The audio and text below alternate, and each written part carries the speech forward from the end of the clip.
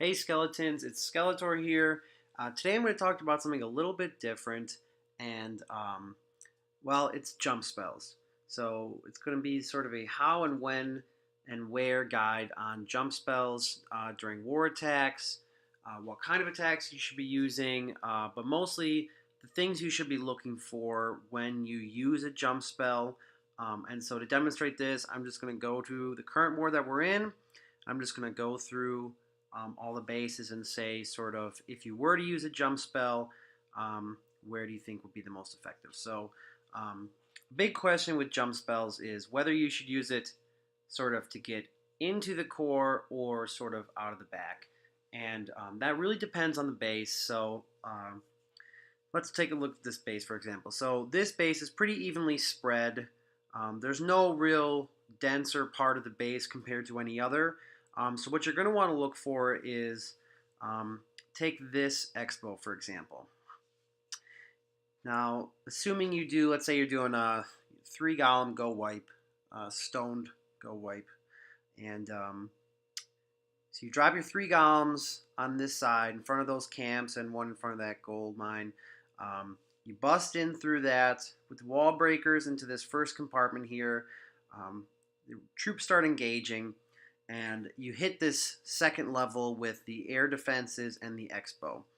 Now, if you were going to use your jump on the front side, you could basically cover the almost this whole compartment, and you'd be able to get both sides of expo, the expo, and if you're really clutch, you could be able to get into the town hall as well. Um, However, given that there's a lot of defenses right here, you could also drop your jump spell right over this mortar, which would open up the expo, the air defenses, the mortar compartment, obviously, the wizard tower, archer tower, and it would go outside if you were doing some kind of cold-blooded attack. That same thing would work over here. Let's say if you're going to look at cold-blooded attacks, you'd be able to get both heroes by dropping it right over that dark elixir storage, and really maximizing the amount of space that you're opening and which compartments you're getting into by just one jump spell. So that's really what you should be looking for is basically if there's any sort of defense that's surrounded by walls, like this, for example, if that were closer to the inside of the base, just dropping a jump spell right onto it opens up everything around it. So I really recommend to not make walls just around your buildings like this, since wizards can just take it out without even walking in anyway. Again, though, if you drop that jump spell right over that elixir storage, it gets into every compartment around it. And if you drop it from there to there, you'll actually be able to get from the outside directly into that wizard tower. So yeah, so that Town Hall 10s, again, are a little bit different. We'll get into some of the Town Hall 9 stuff. Not really any good jump spell spots here. If you were doing a cold-blooded, probably over this archer tower, since the heroes would be right in range of that. This we get into a better example. Here's the example I was just talking about. This mortar surrounded by walls immediately surrounding it, and this is going to go right from the outside right up to range of the town hall. The queen is right there. This is just, it's not good. This is weak against jump spells. Now I realize this is a pretty maxed base and it may not be very easy, but unless he's got Tesla traps with double big bombs on each side of his base, which is probably a high chance given that this is a Russian level 9 clan, and they're usually pretty good. I would say that's the case. If that is not the case, this would have been a really easy hog base, but I'm going to put my money that there's some skeleton traps right next to those. But anyway, yeah. Jump spell over that mortar, gets the queen, gets that cannon. A cold-blooded or a shattered type attack is going to walk right up to the core. It's going to open up this whole section, and that's going to take out the third of the base that you want to take out with your shattered attack. And you would certainly be able to Asian hog wall the back side of this. So for those of you who are going to attack this person in war, you should be watching this right now. Alright, so what jumps out to you right away? Both heroes up here, denser walls, more open down here, town hall close right here. So just take this for example.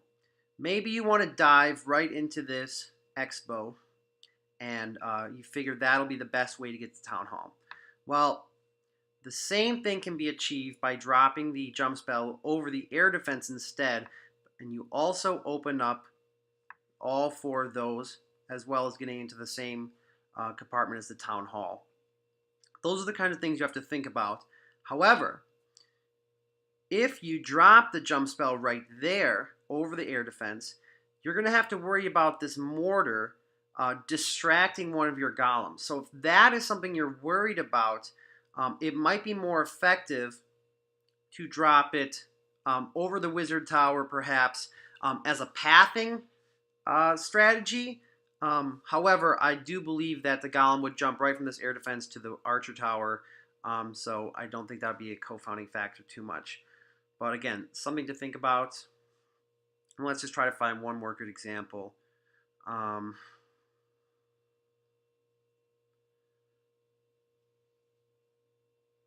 right, here we go.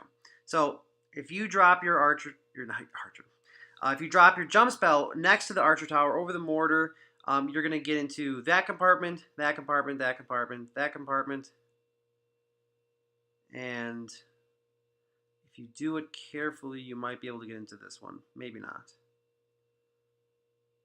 From there to there, I believe. Yeah, so you probably wouldn't be able to get into that expo, but think about that. That opens up this much of the base without doing anything else. Now, I do highly advocate for using wall breakers. Since these are skull walls, you'll be able to bust this, and this open, and then you'd be able to jump spell over the town hall, getting into here, here, and here, which would be a more effective strategy in my opinion, because I don't think that quakes well, especially jumps are a substitute for wall breakers, but much of this applies to quakes as well. If you were going to quake something, I'd probably quake from here, this area, since you'd bust open all of this and the core. Since you don't have to go from here to here, you have to go from that skull wall to that skull wall, which quakes can do. So again, it would open up this whole section. You would be in range of both the heroes and the town hall just from just from the 4 quakes. So something to think about. I'll try to do more of this kind of stuff with the jump spells now that I can do more videos. But I realize this got kind of long, so I will let you go. But until next time, stay spooky, everyone.